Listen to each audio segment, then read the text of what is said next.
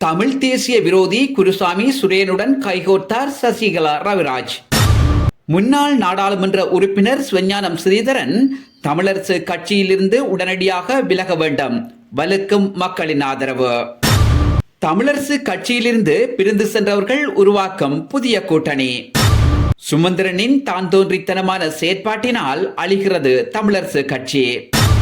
தமிழரசு கட்சியின் தலைவரை வீட்டுக்குள் வைத்து பூட்டிய சுமந்திரன், மாவை சீட்டம் போன்ற பல்வேறு விடயங்கள் தொடர்பாகவே இந்த தொகுப்பில் ஆராயப் போகிறோம். தமிழ் தேசியம் என்கின்ற உன்னத இலட்சியத்தை நோக்கி இறுதி வரை பயணித்து அந்த இலட்சியத்திற்காக தன் உயிரை தியாகம் செய்தவர்தான் மாமனிதர் ரவிராஜ்.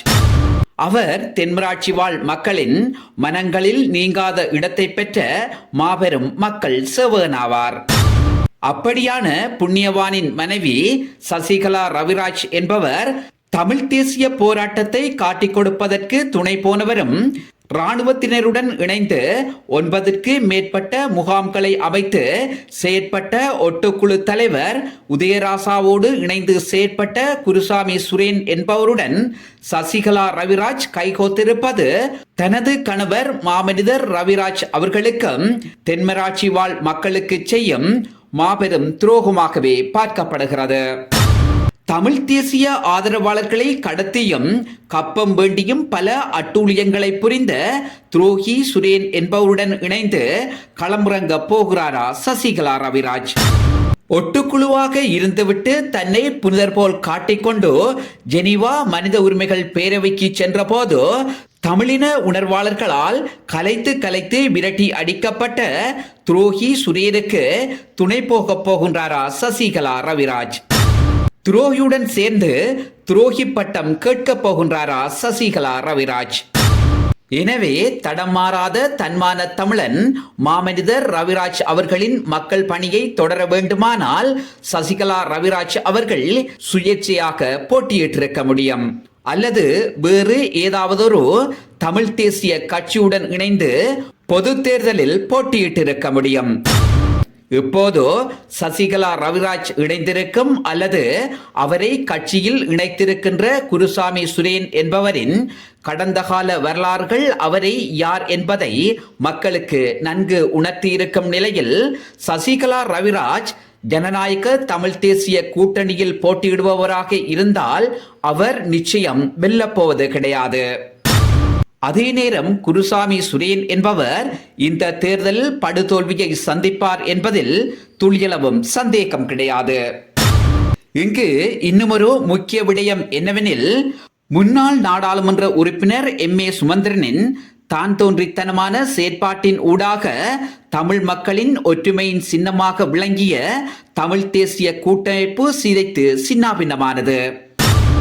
பின்னர் தமிழரசு கட்சியில் இருந்த தமிழரசு கட்சியின் முக்கிய புள்ளிகள் வெளியேறினார்கள்.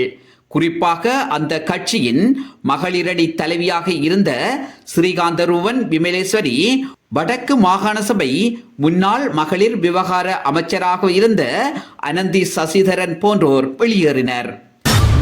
இப்போது ஜனாதிபதி சட்டத்தரணி கே.வி. தவராசா அவர்கள் கட்சியில் இருந்து வெளியேறியதை அடுத்து இலங்கை தமிழரசு கட்சியின் இடைக்கால தலைவராக இருந்த மாவை சேனாதிராஜா அவர்கள் வெளியேறியிருக்கிறார். அதே நேரம் இன்னும் பலர் வெளியேற உள்ளனர்.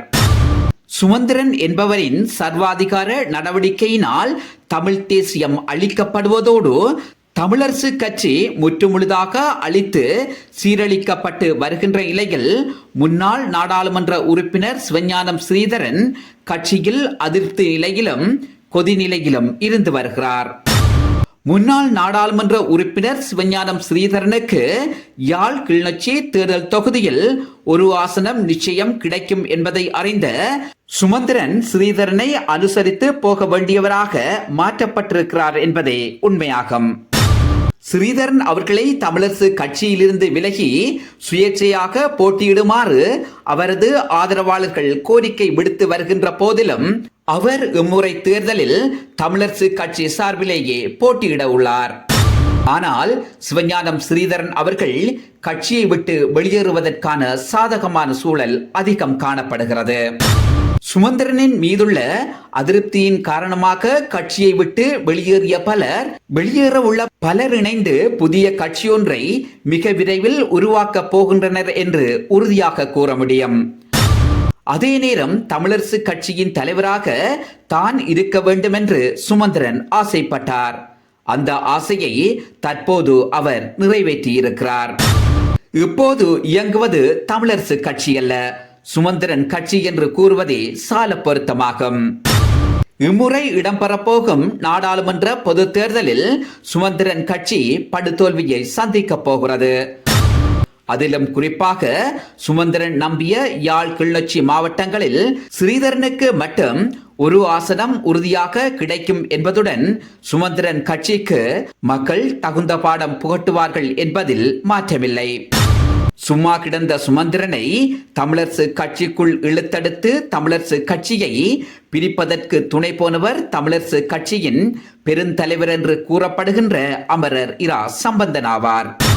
பின்னர் அந்த கட்சியின் தலைவராக இருந்த மாவை சேனாதிராஜா அவர்களின் ஆளுமையற்ற தன்மையினால் சுமந்திரனின் கை மேலோங்க தமிழரசு கட்சியிலுள்ள பலரை சுமந்திரன் தன்வசம் வைத்துக் கொண்டார்.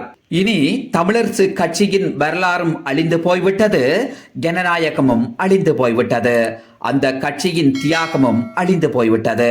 எனவே தமிழரசு கட்சியின் அழிவுக்கு காரணம் தமிழரசு கட்சியினரை தவிர வேறு எவருமில்லை.